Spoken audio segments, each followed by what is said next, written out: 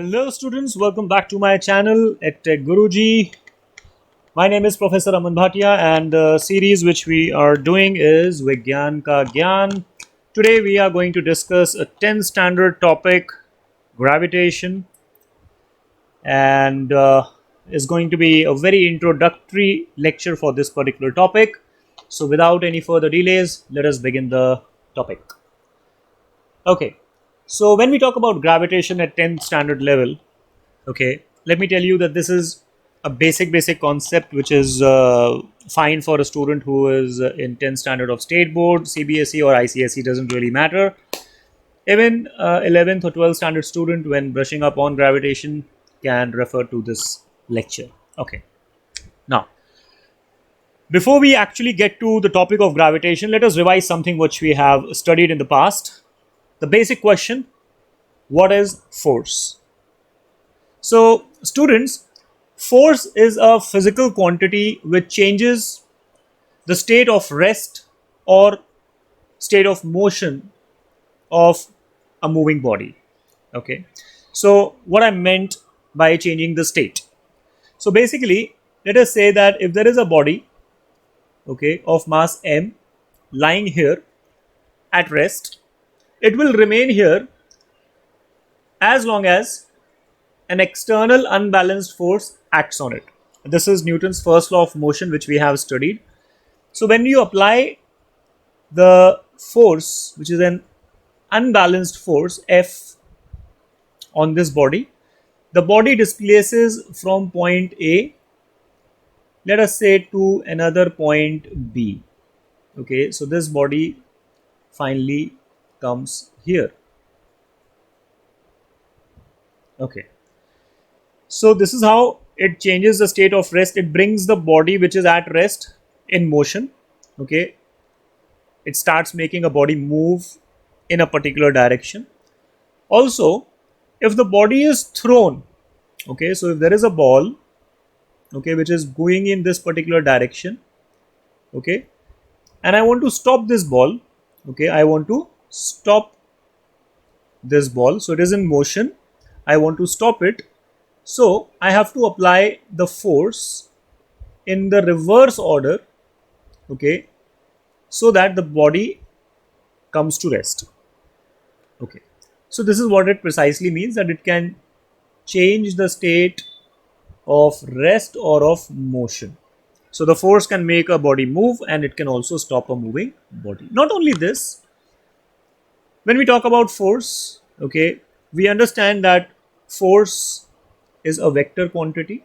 Now what is vector, that we will study later on in the higher standard, but you just need to understand right now that it is a vector quantity.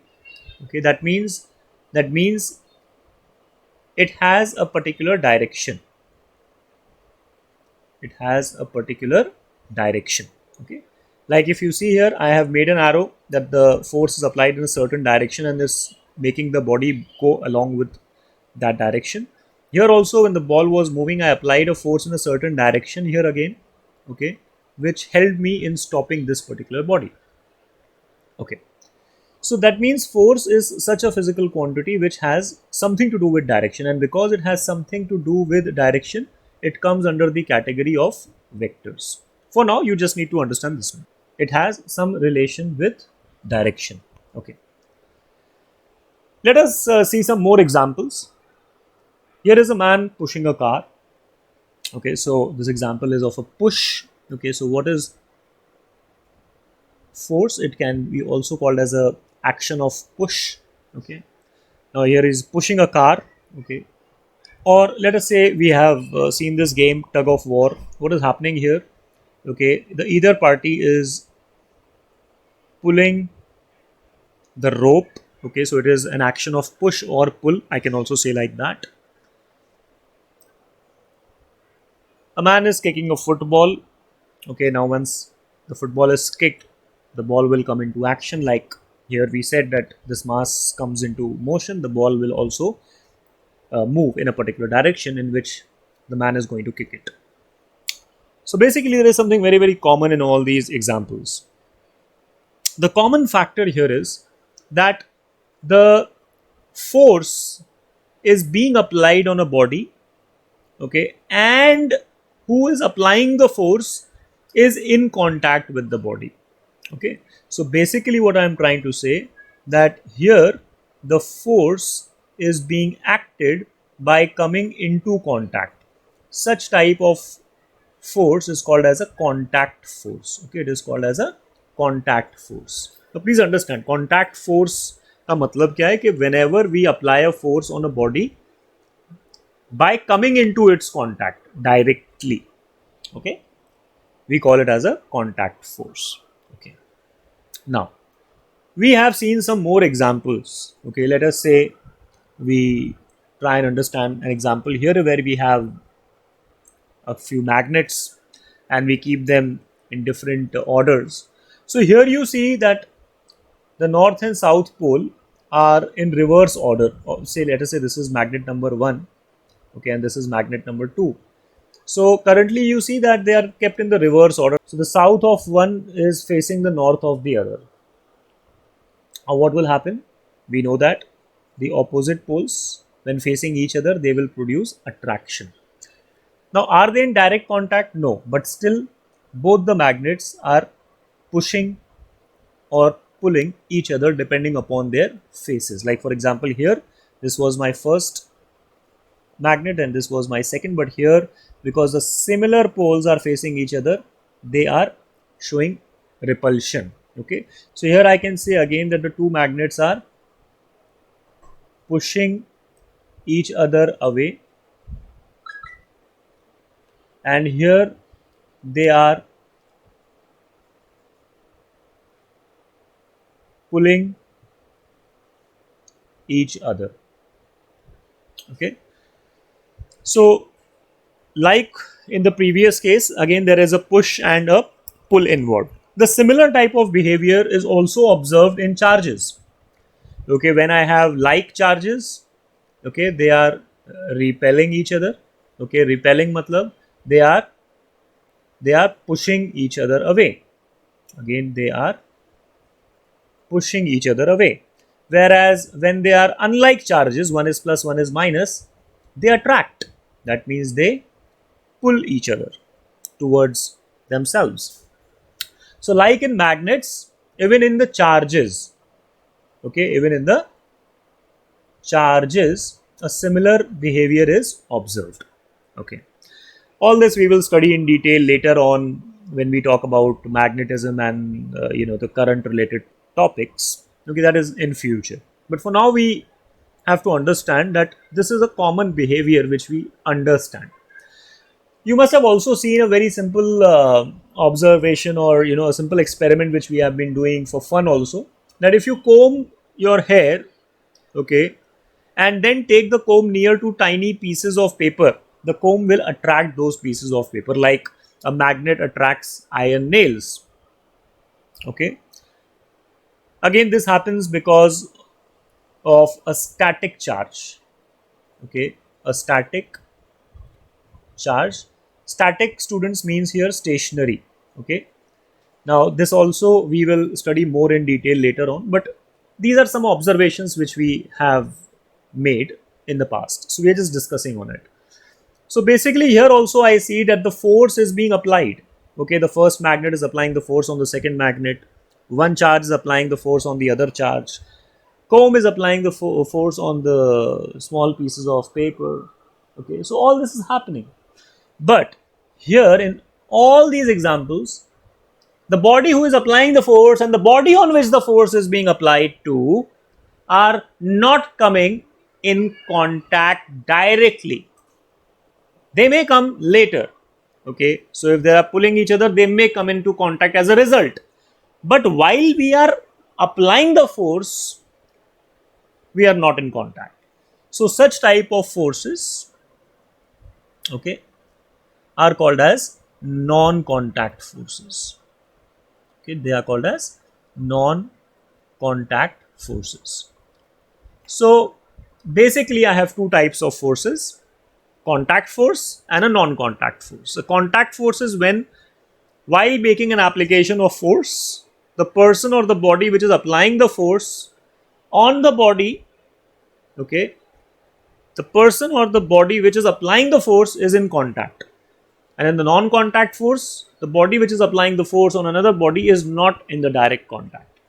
Okay, so this much is clear to us. Now we come to the topic. Little bit of gravitation. Again, it is a very introductory lecture. Okay, so just listen to it very carefully. It is fun.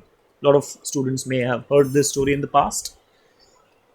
We must have heard the famous story of Sir Isaac Newton sitting under an apple tree. Okay, so once upon a time, Sir Isaac Newton, So Sir Isaac Newton was sitting under the apple tree. Okay, so this is my apple tree. And something odd happened with him.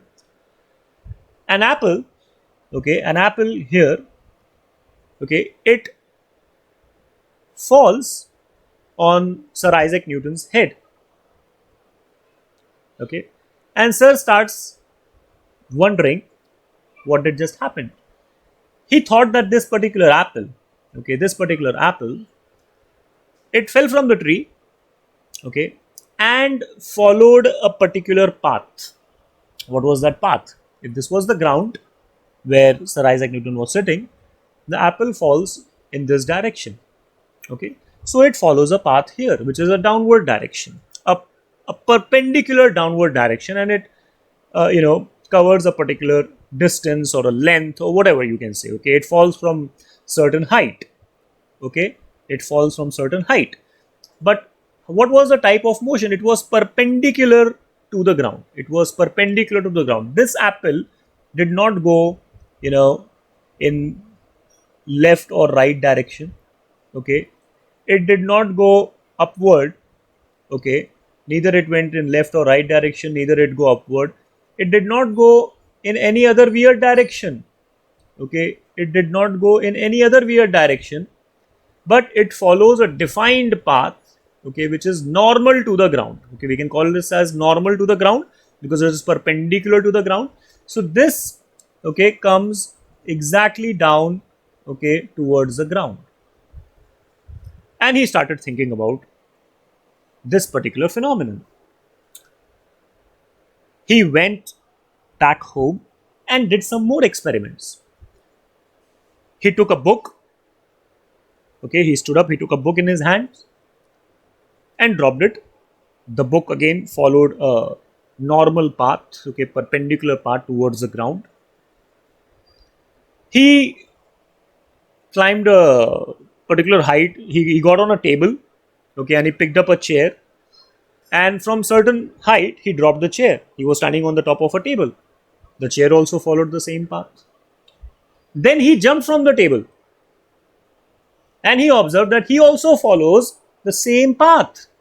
He also comes downward in a straight line towards the ground, towards the surface.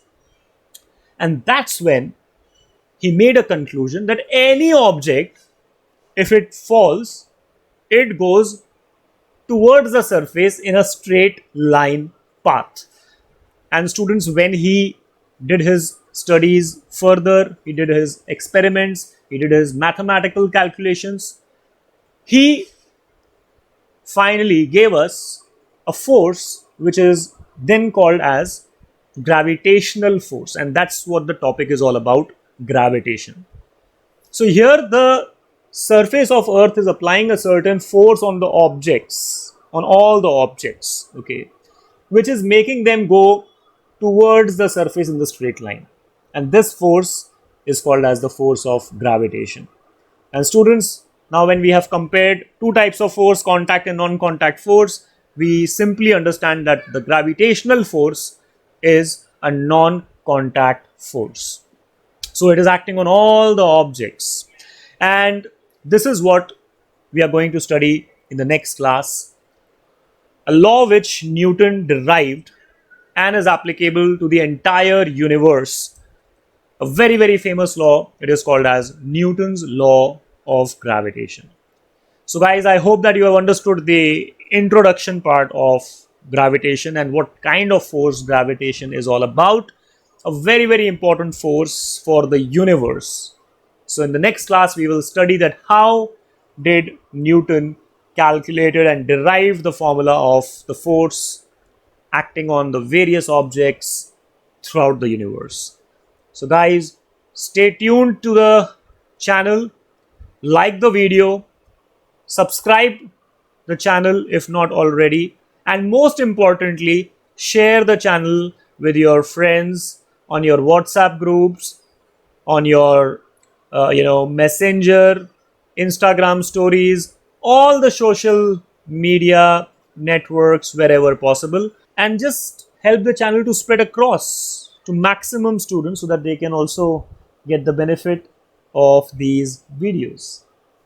So till then, happy learning. This is your EdTech Guru signing off. Take care.